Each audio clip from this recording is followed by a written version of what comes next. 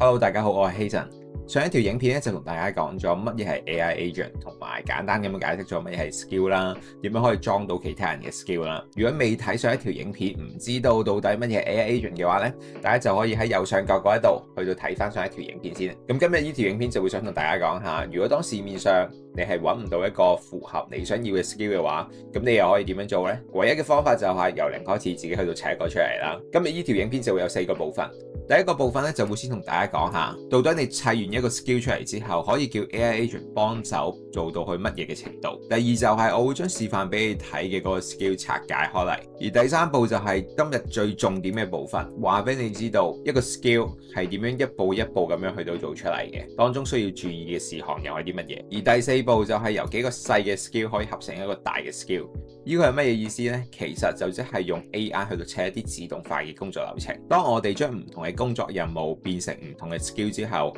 我哋就可以將唔同嘅工作任務串連埋一齊，變成一個自動化嘅流程。咁先同大家講解一下呢個示範先。呢一個 skill 咧就叫做 content pipeline skill。咁呢個 skill 我平時用咧就係用佢嚟幫我去到寫文章嘅，但係唔係一般嘅寫文章咁簡單。譬如我喺呢度同 AI agent 講，叫佢幫我用 content pipeline skill 去到整理下呢條影片嘅內容先。咁呢一條影片咧就係其他外國嘅 YouTuber 去到講解一下到底其他嘅技能啊，又或者係用 AI 嘅方式啊係點樣。咁我就叫佢幫我整合一下其他人做好咗嘅呢條影片先。當我將呢個指令俾咗 AI 之後咧，佢咧就會幫我做一個主題卡出嚟㗎啦。咁呢個咧就會係其實呢個 content pipeline skill。呢一個係成個工作流程嚟嘅，其實好似我啱啱咁講，其實佢係串連咗好多個唔同嘅部分嘅。因為當我俾咗一條 YouTube 嘅 link 佢之後啦，佢咧就會幫我研究整理翻成條影片嘅內容到底係啲乜嘢，然之後咧佢會幫我再轉寫成為 Threads 或者係 Facebook 或者係有其他唔同嘅頻道嘅內容，同埋佢亦都會幫我做出一啲嘅圖片出嚟。仲可以幫我上傳到我自己嘅個人網站上邊，咁所以呢度成個所有嘅工作內容都可以靠啱啱嘅 content pipeline skill 佢就一次過幫我去到做好。咁當我整呢個 content pipeline skill 之前啦，我可能就需要自己去到揾題目啦，揾完題目之後又要查證呢個數據嘅真偽性，寫唔同平台嘅文章、轉圖、上傳，基本上咧就會分開咗7個唔同嘅步驟去到做嘅。但係如果我係將每個工作步驟都將佢寫成為 skill 之後呢，就即係話俾 AI agent 知道每一個工作項目應該係要點樣做嘅規則又係啲乜嘢。咁當我俾咗呢啲規則要求俾 AI agent 之後，佢就可以自動咁樣根據我嘅要求做出一個符合我心目中想要嘅內容去俾我。所以呢一個道理其實唔單止係擺喺我呢個情況上面嘅。你可以想象一下，如果係你學校又或者係你公司，都係一定係會有成個工作流程喺度。而一個工作流程其實可以拆解做唔同嘅工作步驟。你一樣係可以將每一個工作步驟將佢變成一個 skill， 然之後最後再串連埋一齊。但係呢度最關鍵嘅就係你每一個 skill， 每一個工作步驟應該要點樣做呢？呢一點我就會喺後邊再同大家深入講解。不過俾大家睇下呢個示範先。我第一步叫佢做嘅就係叫佢幫我整合翻呢條影片嘅內容。我要先有咗一個來源，我先至可以做到其他嘅文章出嚟。咁所以喺呢一點，佢就會幫我根據翻我啱啱俾佢嘅嗰條 YouTube link，佢就幫我整一張主題卡出嚟。當我睇完呢個主題卡 OK 冇問題之後啦，我就可以叫佢繼續完成 content pipeline skill 裏邊嘅其他步驟。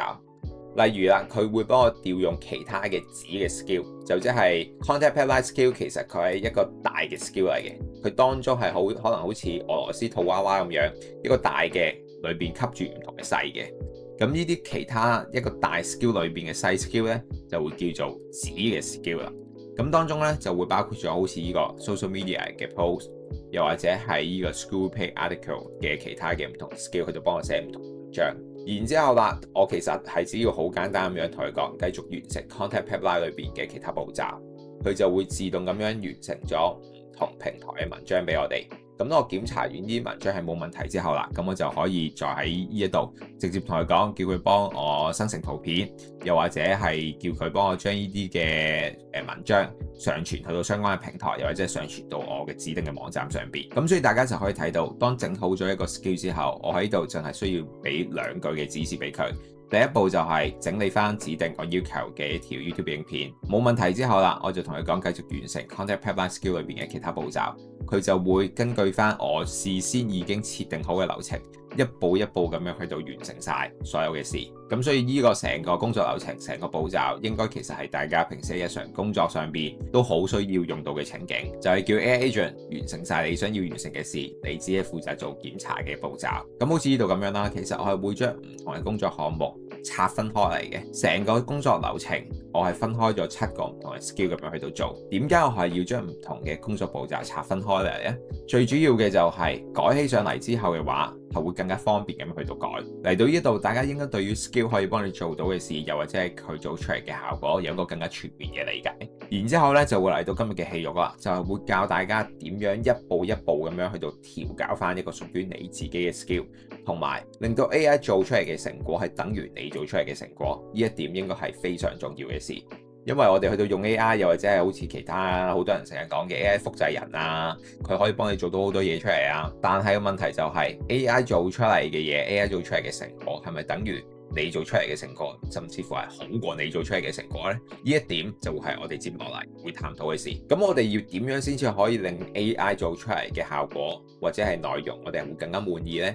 我哋係需要將相關嘅背景資料、目的，通通都要交晒俾 AI。當 AI 知道我哋嘅目的，知道我哋做出嚟係要做啲乜嘢，然之後呢件事係要俾邊個睇，我哋係要完成啲咩任務， AI Agent 就會對呢個工作項目會有一個更加清晰嘅了解。而且如果我哋係可以將我哋嘅工作背景，譬如係我哋嘅行業、公司，你而家做緊嘅 task， 呢個 task 做緊做咩嘅位置，成個 task 嘅全貌係點樣，都可以俾埋 AI Agent 嘅話，佢就會對成件事有一個更加全面嘅理解，佢做出嚟嘅內容就會更加好。而且亦都係最重點嘅事啊，因為如果你係學校或者公司，你之前已經係有一啲工作嘅成果㗎啦嘛，咁所以我哋其實就可以將之前嘅一啲完成咗你覺得唔錯嘅一啲工作成果，直接上傳去到交俾 AI。點解咁樣做呢？因為如果我哋係要用語言去到話俾 AI 知道應該點樣做，點樣做為之好，一句一句咁樣去到同佢講嘅話，一嚟時間好長，二嚟我哋可能述得唔係咁準確。因為譬如如果我哋要同 AI 講，我希望你寫得專業啲嘅，我希望你寫得好啲嘅，咁專業啲係咩意思呢？好啲係咩意思呢？ AI 其實佢係唔會明白你嘅要求㗎。反而如果我哋係可以直接將一份我哋已經覺得唔錯嘅成品交俾 AI 嘅話， AI 就可以自己去到睇翻嗰一份成品，自己去到知道，哦，原來佢係要做出乜嘢格式、乜嘢嘅語氣、乜嘢嘅排版，詳細程度係要係點樣嘅，又或者係有冇啲咩細眉細眼嘅嘢，佢係需要注意嘅，通通 AI 佢自己都係可以去到攞出嚟。但係如果我哋只係用描述嘅方式去到俾佢睇嘅話呢，咁有可能真係講幾日都講唔清楚嘅。反而如果我哋係成份做好咗嘅嘢交俾 AI 佢就可以睇得明啦。而且除咗俾 AI 俾資料等佢自己睇之外呢，我哋亦都可以將限制同埋例外呢啲事，我哋描述咁樣話俾 AI 知道。譬如啦，呢個工作項目唔可以超過2頁紙嘅，唔可以出現客戶嘅真名，唔可以有學生嘅名，唔可以有私隱嘅嘢，又或者係數字嘅來源啊、其他嘅來源啊等等，都係要好清楚咁樣去到標明。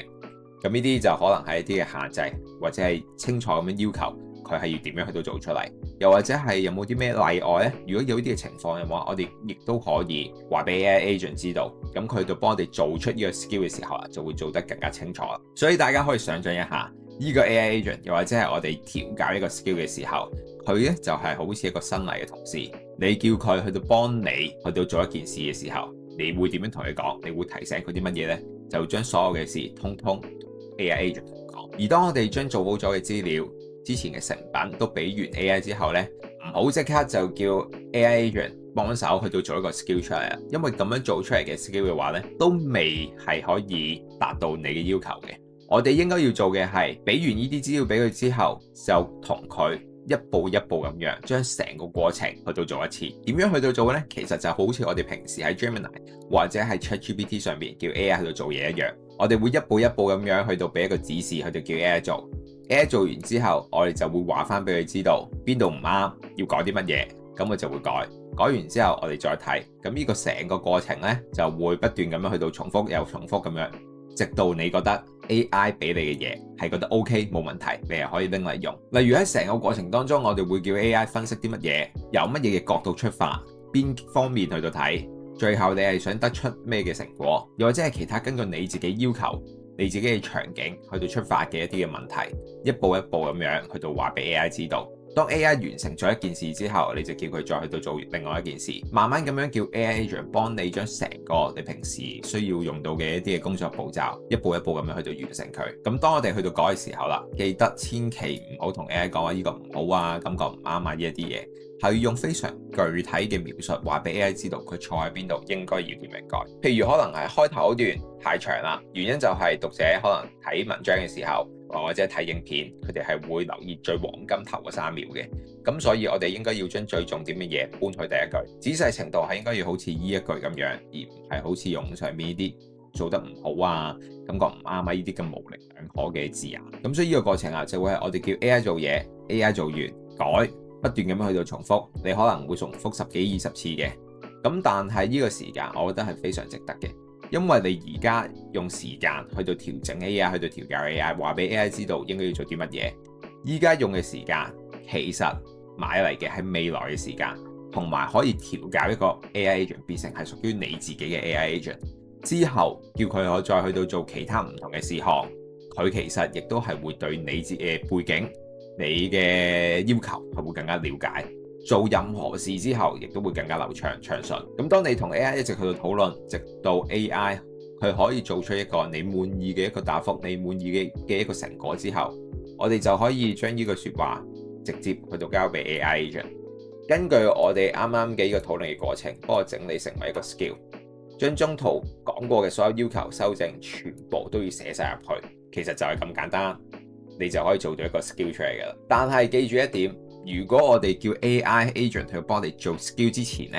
一定要安裝咗呢一個 skill 先。呢一個 skill 咧就叫做 skill creator。咁佢咧就係由 Anthropic 去到推出嘅。佢做嘅嘢咧就係幫我哋去到打造一個屬於你自己嘅 skill 出嚟。咁而我哋安裝呢個 skill 嘅方法咧，其實都好簡單嘅啫，就只要去翻 Anthropic 佢喺 GitHub 上邊有關呢個 skill creator 嘅 skill，咁跟住就複製翻佢嘅網址，直接交俾 AI agent 同佢講，叫佢幫我安裝呢個 skill 就可以啦。咁當我哋安裝好呢個 skill creator 嘅 skill 之後啦，我哋就可以將呢一句説話交俾 AI agent。咁當我哋講完呢一句之後啦，AI agent 就可能會問翻你啦，如果資料唔充足嘅時候啦，可能就會問翻你呢個 skill 可能係要幾時啟動嘅。又或者根據翻你嘅情況、你嘅要求，佢就俾一啲定制化嘅題目，佢就問翻你，咁你咧就會要好充足咁樣去到回答翻佢，然之後 AI agent 就可以配合埋呢個 skill creator，配合埋你俾佢嘅所有資料，例如係你之前俾佢嘅公司背景、你平時做嘢風格，跟住然之後你哋成個討論嘅過程